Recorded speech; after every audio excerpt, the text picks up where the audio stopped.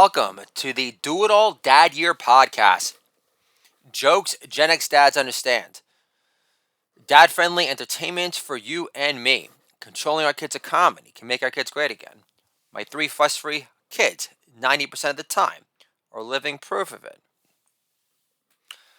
My daughter, after school today, was already having conversations with me about boyfriends. She was talking about her friend, Denise, and how she has a boyfriend who's from the Bronx, but according to my daughter, he'll just go to community college and her friend Denise will go to Columbia. So she said that their relationship will be short-lived, and I don't understand how my daughter is this sophisticated, evolved already. All I know is that none of my kids want to get married based on how much grief mama gives me over here. Holla! Thank you very much! It feels like yesterday when it was Christmas and my daughter's only 2. She's 10 now. And I remember the feel of abject horror and accelerated age when my wife's alleged best friend got my 2-year-old daughter at the time a pair of fairy wings for Christmas. And I immediately flipped out the moment she tried on the fairy wings. I said, put those fairy wings away immediately, please. My daughter looks like an overdose at the Limelight waiting to happen. Holla! Thank you very much! Wealthy Americans are most concerned with catching the made in Wuhan virus. Wuhan! Wuhan! Why else would a guy living in the pristine confines of Upper Westchester County, 45 minutes north of Manhattan, pump gas into his silver sleek Ferrari Testarossa in a rinky-dink mask? Holla! Thank you very much! If you live in New Jersey, I get the need to block out the smell. Alone? Holla! Thank you very much! The only reason someone willingly decides to live in New Jersey is because you're exempt from having to pump your own gas in the Garden State. Holla! Thank you very much! I can't picture Tony Soprano with a mask on as he fills up his Escalade while touring colleges with Meadow in Maine. Tony would rather choke one out to that runt, cunt bitch Adriana, for Christ's sake. Holla! James Gandolfini lives! Thank you very much! I'm putting together new material for my debt comedy record, Killer Set, at gmail.com. The game plan is finding a literary agent sometime this century that has a smidgen of balls that could represent my 2 A-plus gem-loaded books that I just completed, The Coachitarian Comedian and Waste the Height, really short stories. Holla! Thank you very much! So I get an agent, and ideally they could book me on a stand-up comedy tour or just get me on a freaking book signing tour, and I could do stand-up in front of my adoring crowd. And you guys could say, I knew the big-headed Jew was going to go all the way because he had the guts to follow through. Holla! Thank you very much! So, I really don't want to write too much more mask material these days, but my daughter was also telling me about one of her friends whose father, who's a teacher, he's not like an Israeli member of freaking Mossad, who owns a bunch of guns and taught his daughter how to handle a gun when she was freaking 2. So it makes me thinking about the police and how. I wrote this piece before, but it's just very consistent with my thought these days, which is that if you're in trouble, calling cops and expecting them to come to the rescue is not what they're going to do. Holla! Thank you very much! At the same time, I'm a tad empathetic to their conundrum right now, where their hands are tied, and all the men in blue are neuter boys in blue. Holla! Thank you very much.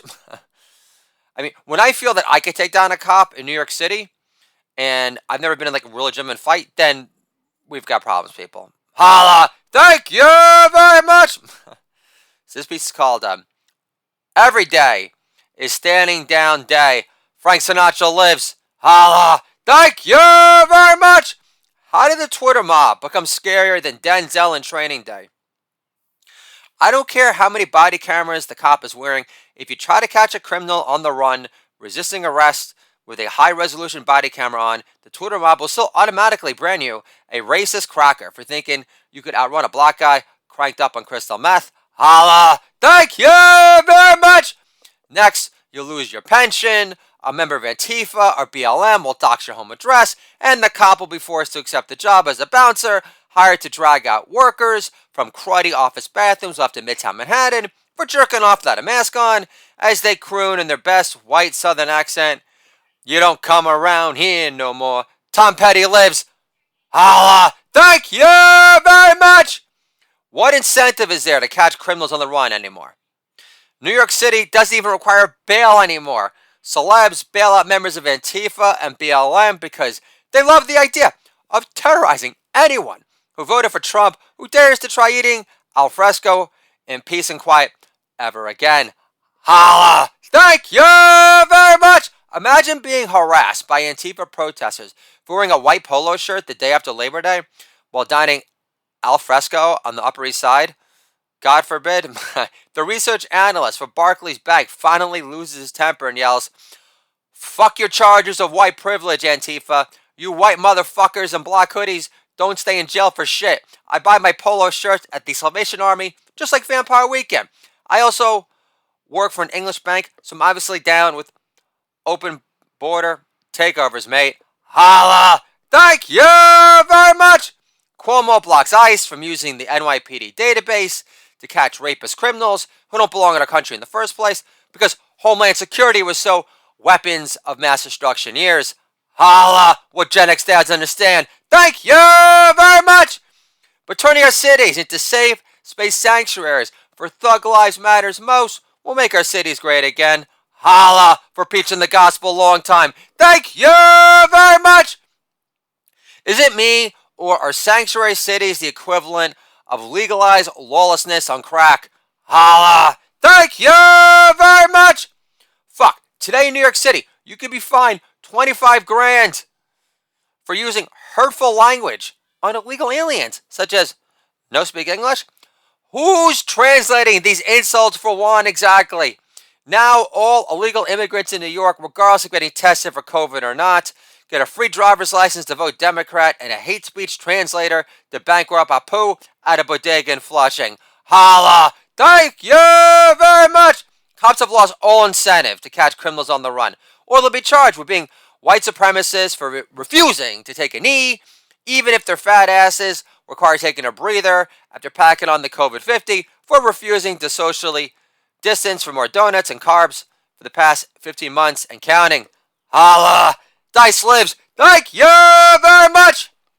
So unless a cop wants to be branded as a troublemaking Serpico in the making, they're better off noshing on Jamaican beef patties and sticking to serving arrest warrants for rabbis, reopening yeshiva schools in the name of sanity, preservation science. At least Orthodox women are allowed to show their 20 kids TV holed up in a 2-bedroom walk-up with no AC. Sidney Lumet lives. Holla! Thank you very much! But seriously, cops today are accountable for policing the way LeBron is held accountable for traveling with his head down into congested traffic during the NBA Finals. Holla! Thank you very much! If cops don't give a criminal in pursuit a chance to get away by giving them a head start of at least 80 million Mississippi, then you don't care about affirmative action or evening the playing field for fatherless kids acting out against all forms of authority as a result at large. Holla!